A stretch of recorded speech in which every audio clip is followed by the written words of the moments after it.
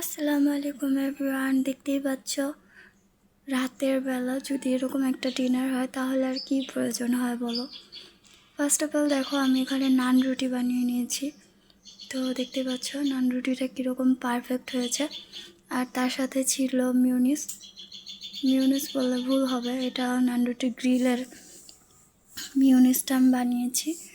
আর সাথে ছিল কাবাব মাংসের।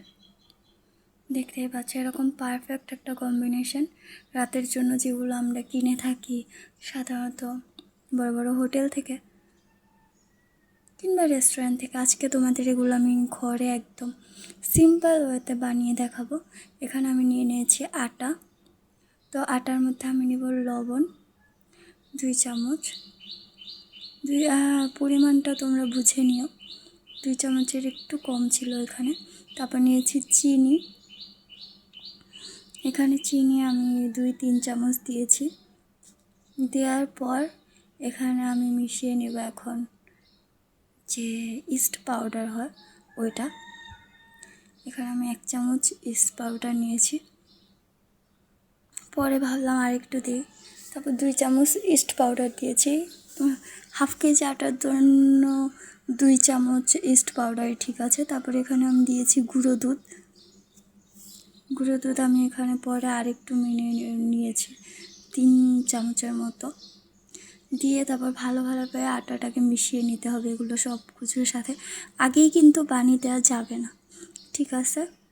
তো এখানে সবচেয়ে কঠিন কাজই হচ্ছে আটাটাকে ম্যারিনেশন করা, কারণ এই পরিমাণটা ঠিকঠাক দিতে হবে, কম বেশি দিলে ঠিকঠাক মতো হবে না। তারপরে এখানে আমি একদম ঠান্ডা পানি দিয়ে এগুলোকে ঠিক করে গুলে নিয়েছি, ম্যাশ করে। তারপর নিয়েছি একটু একটু করে ঠান্ডা পানি দিতে হবে, একদম ফ্রিজের ঠান্ডা পানি না, একদম নর্মাল যে পানিটা হয় না ওই নর্মাল পানিটা। তো ওইটা দিয়ে ভালোভাবে মুথে নিয়ে আটাটাকে আমি ঠিক করে সেট আপ করে এক জায়গায় রেখে দিব একভাবে। আর দেখো একটু বেশি নরম করে আটাটাকে মুথে নিতে হবে, কারণ শক্ত ডো বানানো যাবে না, ঠিক আছে। এই যে দেখো হাতের সাথে লেগে লেগে আসবে। এই পর্যায়ে আমি তেল দিব, তেল দিয়ে আটাটাকে এভাবে করেই রেখে দেব, ঠিক আছে। দেখছো এরকম সামান্য তেল না দিলে তোমার হাত থেকে উঠে আসবে না। তারপরে এটাকে এভাবে করে আস্তে আলতো করে রেখে দেবো যাতে এটা পরে ফুলে উঠে। আর অবশ্যই এটাকে ঢেকে রাখতে হবে, ওকে। তো এভাবে দেখো হয়ে গেল। হওয়ার পর এভাবে আমি এটাকে রেখে দিব, একটু নাড়িয়ে চাড়িয়ে নিয়ে এভাবে করেই রেখে দেবো এটাকে, ব্যাস শেষ। তারপরে এটাকে ঢেকে রাখার পর আমি 1-2 ঘন্টার জন্য রেস্টে যাব। আর এই ফাঁকে আমি একটা ডিম সিদ্ধ করে নিয়েছি। ডিম সিদ্ধর সাথে দেবো রসুন। রসুনটাকে তুমি কাঁচাও দিতে পারো, ভেজেও দিতে পারো। আমি রসুন আর শুকনো মরিচ ভেজে নিয়েছি একটু ঝালের জন্য, কারণ আমার কাছে গোলমরিচ ছিল না, তার জন্য আমি শুকনো মরিচ নিয়েছি। কালো গোলমরিচটার দরকার ছিল এখানে।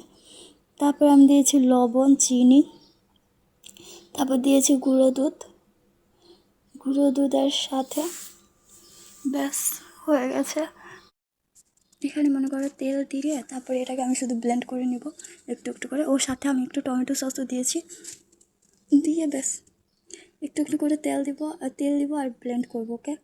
দেখো হয়ে গেছে প্রায় শেষ। এখন মিউনিসটা আমার কমপ্লিট হয়ে গেছে। তোমরা এভাবে বানিয়ে রুটি, পরোটা, তারপর যে কোনো স্যান্ডউইচ বানাতে পারো এই মিউনিসটা দিয়ে। তারপর বানাতে পারো পিৎজা, বার্গার, সব কিছু। আর এখানে দেখো তো এগুলো কি, এগুলো মাংস।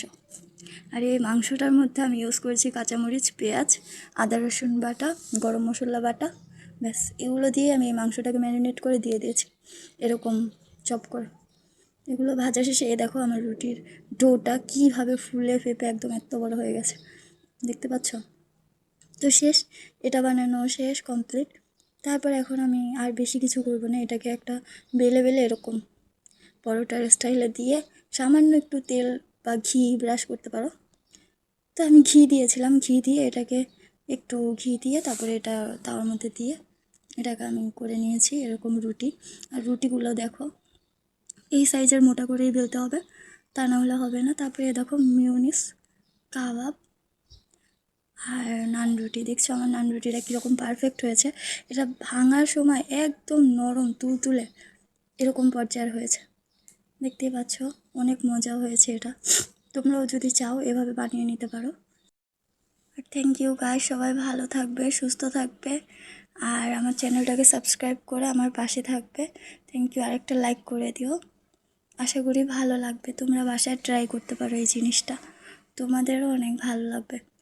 আর বিশ্বাস করতে পারো, কারণ অনেকে আছে ভুলভাল দেখায়, আমি ভুলভাল দেখাই না, যা হয়েছে সেটাই দেখাই।